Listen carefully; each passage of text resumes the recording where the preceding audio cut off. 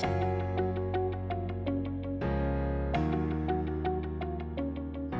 and welcome back. This is Dr. Jonathan Flor-de-Lis from the Cebu Orthopedic Institute. Today we are going to talk about osteoporosis, the silent killer. And stick till the end. I will share with you how you can calculate your daily calcium. Osteoporosis is the silent killer. So osteoporosis literally means porous bone. These are micrographs of a normal bone on the left and an osteoporotic bone on the right. Notice the difference in spacing in between what is called the haversian canals. So you have more porous bone when you are osteoporotic. This is important because the life expectancy here in the Philippines is steadily increasing.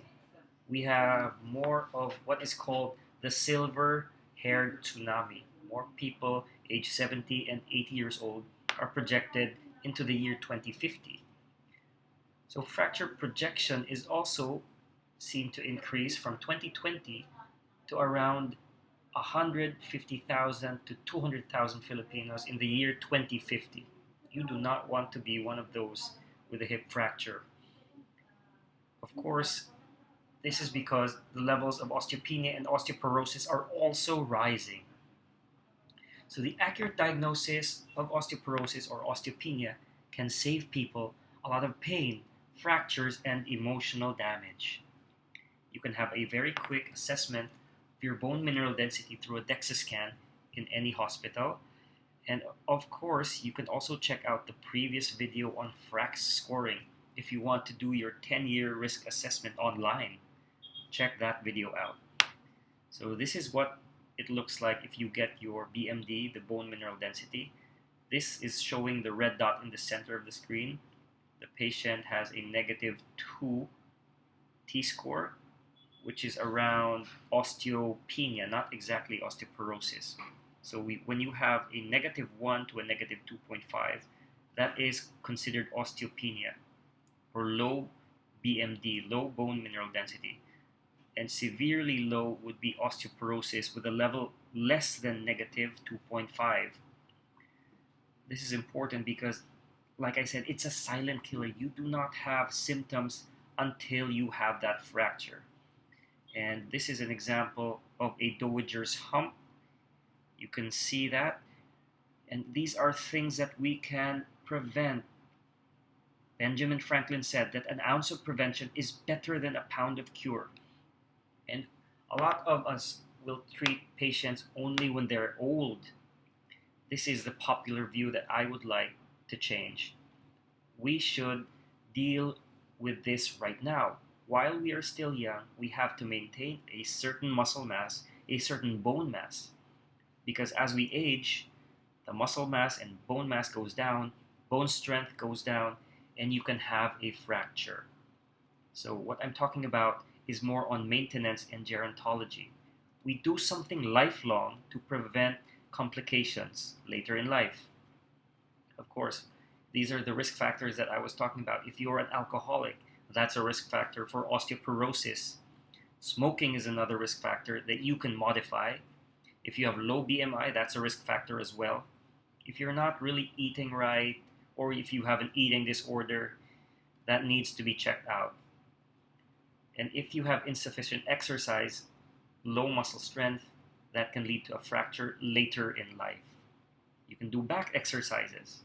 You can increase your calcium intake. These are certain persons like Joanna, who is 86 years old and she's still doing gymnastics. That's something that I would like to be later in life. Well, not as a gymnast, but I want to still be fit and even play with my grandchildren. So get that DEXA scan, check your FRAX score online, check that video out. The first problem that I presented to you was a spine fracture. The Dowager's hump was the one I presented to you. This is what it looks like on the X-ray. Look at the levels of L1, L2, and L3. That's the lumbar spine. Notice that L2 is almost completely flat. That is a compression fracture. We can treat this actually using bone cement or braces, but really we want to prevent these things from happening. The key word is We don't want a fracture at all. So what are the 3 steps to unbreakable bones? That's vitamin D, calcium, and exercise. So the International Osteoporosis Foundation, or IOF, has recommendations that we need to take at least 800 to 1,000 international units per day for fall and fracture prevention. So if you're not getting enough calcium, I want to be clear, calcium is not medicine. Calcium will not increase your bone density. Okay, let's make it clear.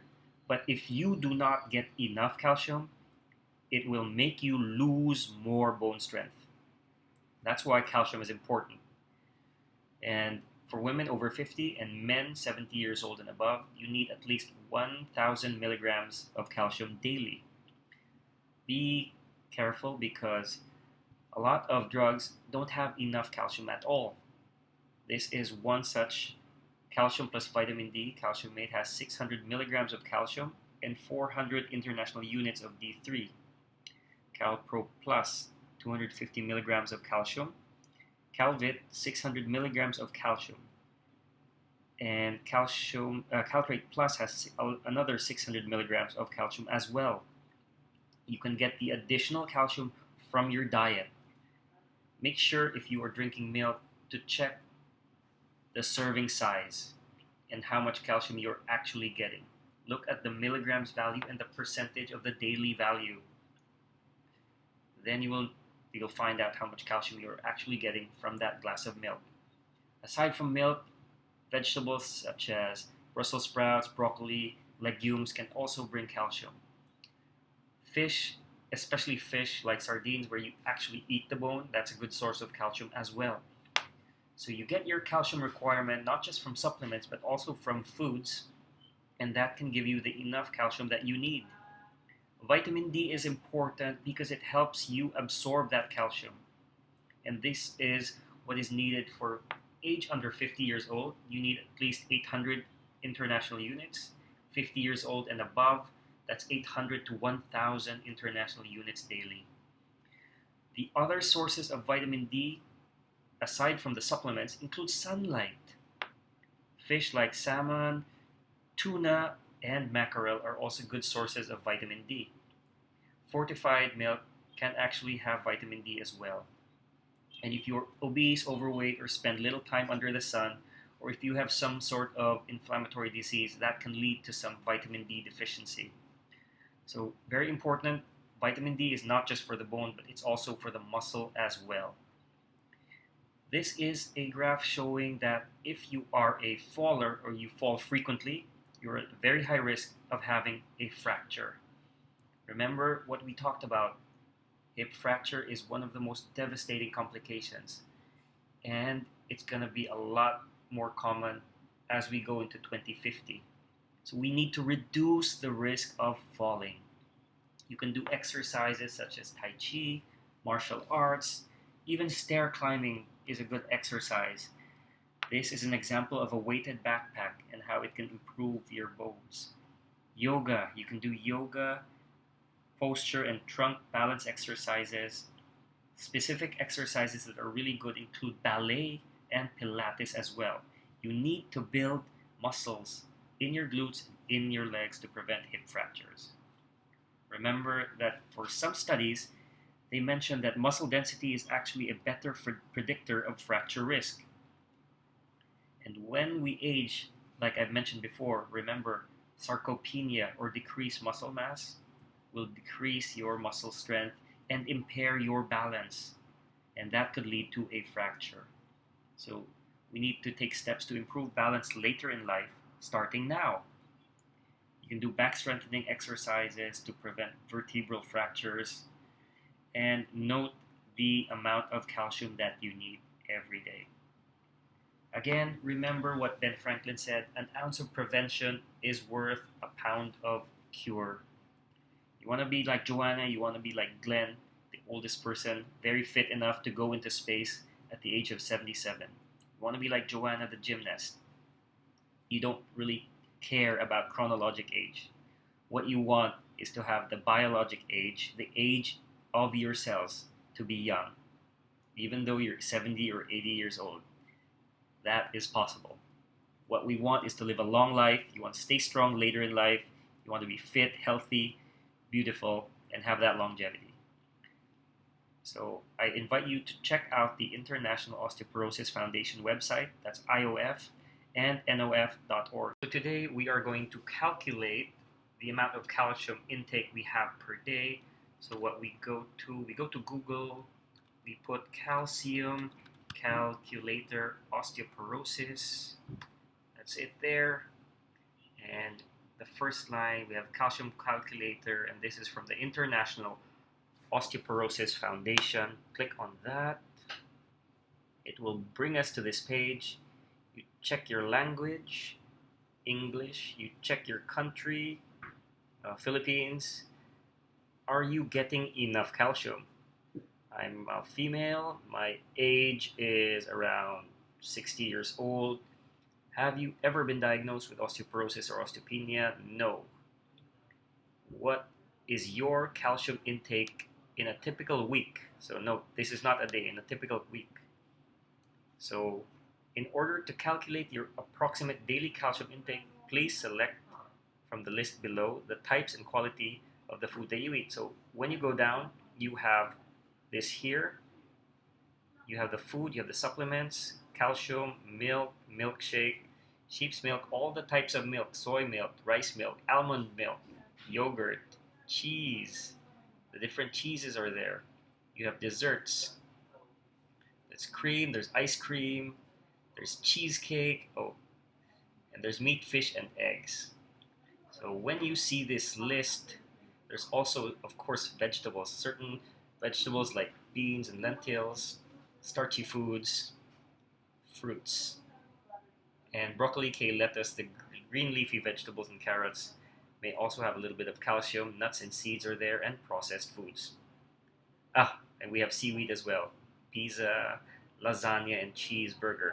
So when we calculate, this is the number of weekly servings. In a week, of course, if you were to take calcium regularly every day, we're taking about 1 tablet per day for 7 days. So we have 7 servings of calcium.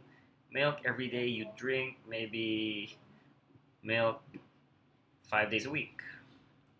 Maybe you have yogurt once a week.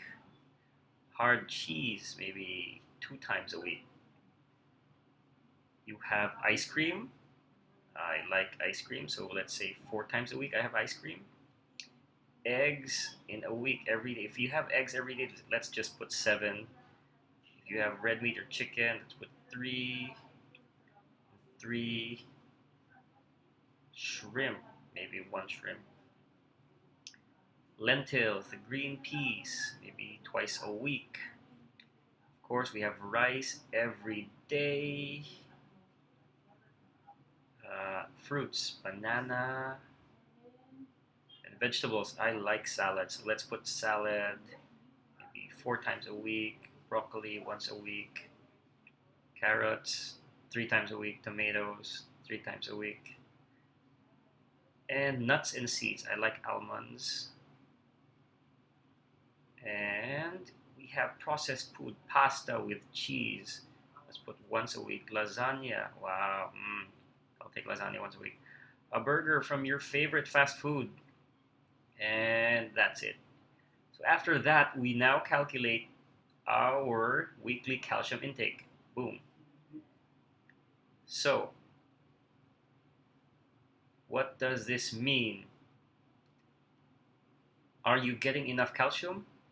Your estimated daily calcium intake is 1,000 milligrams. Your recommended calcium intake is 1,200 milligrams. So, what does this mean? You may not be getting enough calcium.